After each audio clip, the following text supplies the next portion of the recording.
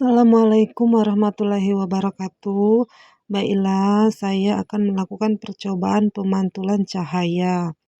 Adapun alat dan bahan yang saya gunakan yaitu yang pertama cermin datar, kedua cermin cembung, ketiga cermin cekung, lampu senter, busur derajat, kertas putih, lilin, layar atau tabir kertas, dan yang terakhir celah cahaya. Baiklah, saya akan melakukan percobaan praktikum IPA pada sifat cahaya, yaitu percobaan pemantulan cahaya.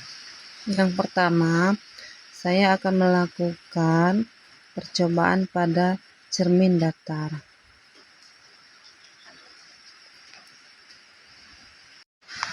Setelah disusun lampu senter dan celah cahaya di depan cermin datar seperti berikut. Lalu kita nyalakan lampu senter dan kita amati dengan baik jalannya berkas cahaya pada saat sebelum dan sesudah mengenai cermin datar.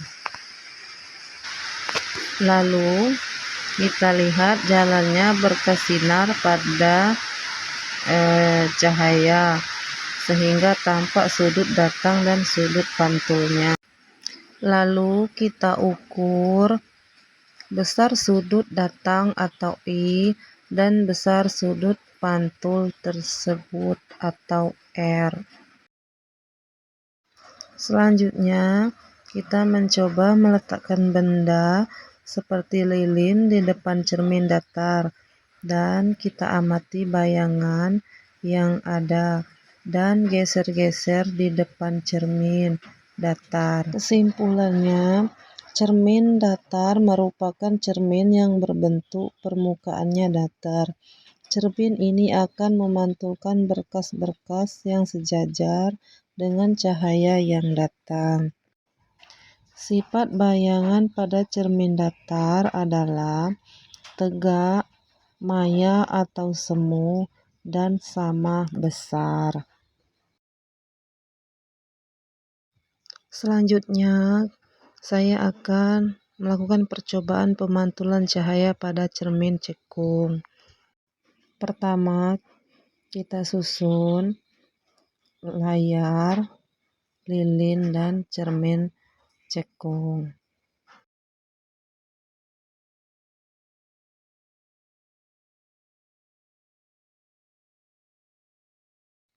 Lalu nyalakan lilin dan kita amati dengan baik jalannya berkas cahaya pada saat sebelum dan sesudah mengenai cermin cekung.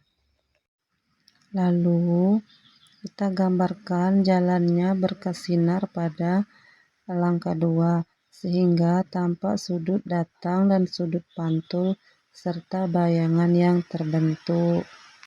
Lalu kita akan mencatat bagaimana sifat-sifat bayangan yang terbentuk oleh cermin cekung tersebut. Selanjutnya, kita atur jarak benda atau letak layar agar pada layar terbentuk bayangan yang jelas dan tajam. Selanjutnya, kita ukur jarak benda dan jarak bayangan. Jika benda di depan cermin cekung terus digeser menjauhi cermin, maka pada jarak tertentu bayangan benda akan menghilang atau tidak tampak. Kesimpulannya, pada percobaan pemantulan cahaya pada cermin cekung adalah cermin yang memiliki bentuk melengkung ke arah dalam. Cermin cekung ini tidak menghasilkan bayangan yang sejajar. Proses pemantulan cahayanya pun terjadi saat cahaya yang dipantulkan mendekati titik fokus cermin.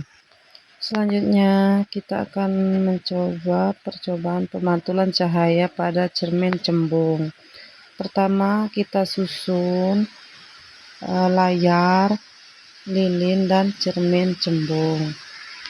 Lalu kita nyalakan lilin dan kita amati dengan baik jalannya berkas cahaya pada saat sebelum dan sesudah mengenai cermin cembung.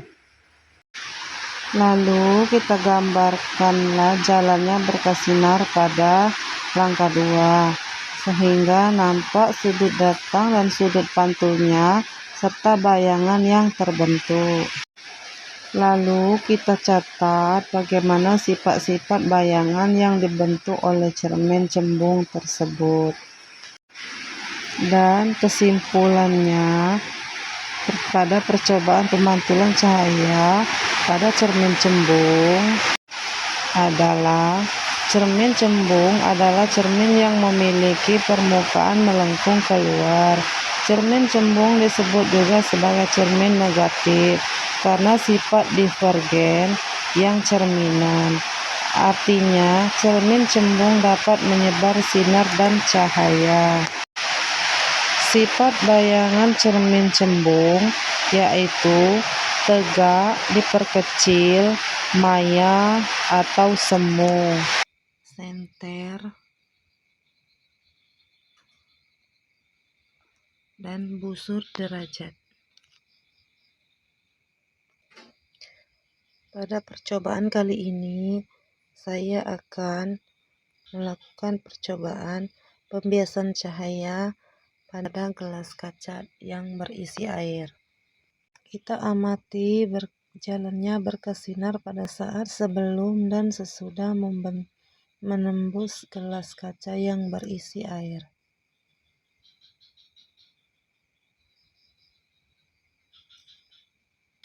Lalu kita akan mengukur sudut datang dan sudut bias tersebut.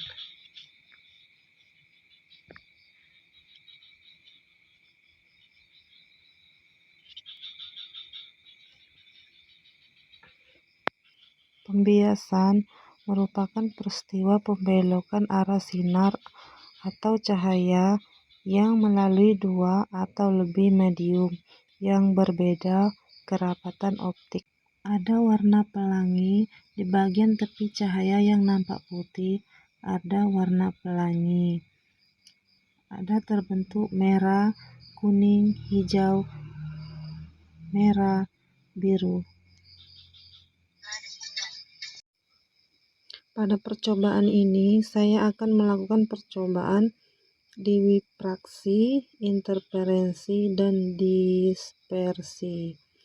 Pada percobaan ini, saya menggunakan alat dan bahan yang sederhana, yang mudah didapatkan, yaitu menggunakan sekeping compact disc atau CD. Bahan dan alat yang harus disiapkan yaitu yang pertama compact disc atau CD, yang kedua senter, dan yang ketiga mangkuk berisi air. Yang pertama saya akan melakukan percobaan diffraksi. Jadi yang pertama kita sinari. Langsung saja kita akan melakukan percobaan diffraksi. Jadi kita sinari dengan senter. Pada saat permukaan bawah compact disc disinari oleh senter, pemantulan cahaya akan membentuk warna pelangi. Peristiwa ini dinamakan diffraksi. Diffraksi adalah peristiwa pelenturan gelombang cahaya ketika melewati suatu celah sempit sehingga gelombang cahaya tampak melebar pada tepi celah. Diffraksi dapat diamati pada celah tunggal. Selanjutnya kita akan mencoba percobaan pada CD ini, yaitu percobaan interferensi. Jadi CD ini kita sinari dengan senter. Nah, jadi peristiwa yang menyebabkan permukaan pada CD memunculkan warna pelangi disebut peristiwa interferensi.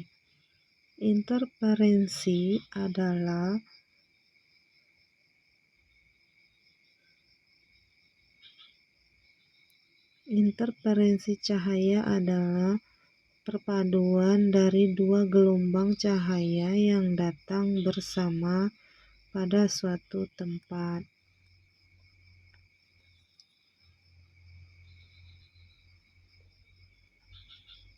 Jika dua gelombang cahaya bersifat koherat atau frekuensi amplitudo sama, tetap akan menghasilkan pola yang teratur. Hasil interferensi maksimum dan garis gelap atau interferensi minimum. Selanjutnya, pada percobaan dispersi. Caranya, kita masukkan CD ke dalam mangkuk berisi air. Selanjutnya, kita sinari menggunakan senter. Maka akan mengeluarkan cahaya pelangi pada layar kertas. Maka peristiwa ini disebut peristiwa dispersi. Dispersi adalah peristiwa terkaitnya cahaya putih yang melewati sebuah prisma menjadi spektrum warna akibat perbedaan jenis bias masing-masing cahaya.